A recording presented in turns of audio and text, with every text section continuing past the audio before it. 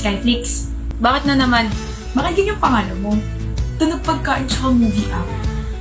Di bagay sa'yo. Tawang-tawa? Bakit yung sa'yo tunog chicharia? Novi ang... Di bagay sa mukha mo. Sinasabi mo ba pangit ako? O, ikaw nagsimula mong asar. Huwag mo sabing pikon ka na agad. Sinong pikon? Ako? Hindi ako pikon.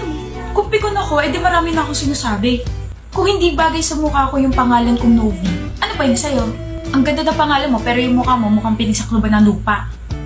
Di ka nga pikon. Hindi talaga ako pikon. Tsaka kung pikon ako, edi sana nanlalaki na yung mga mata ko at lumalaki na yung butas ng ilong ko. Kapal-kapal ng mukha mo. Oh, Ano gagawin ko sa salamin na to? tignan mo sarili mo kung pikon ka na. Nanlalaki ang mga mata at lumalaki na rin butas ng ilong mo. Ang haba na rin ng mga sinabi mo. Nag-ano? Nag-exercise ako ng mata at ilong. Maganda raw yan, sabi sa napanood ko. Okay. Ba't di ka naniniwala? Naniniwala ako, Novi Pikon. Hoy, Skyflix, tandaan mo ikaw una nagkagusto ha. Sabi mo, cute-cute ng pangalan ko. Cute nga pangalan mo, pero ikaw hindi. Aba, sumusobra ka na. Novi Pikon, Novi Pikon, Novi Pikon. Sige ha. Ganyanan na. Nakala ko ba hindi ka pikon? Ayoko na, nakakainis ka na. Nakakainis na nga yung pangalan mo, nakakainis pa yung mukha mo, tsaka ugali mo. Naiinis ka na? Patingin nga nung inis.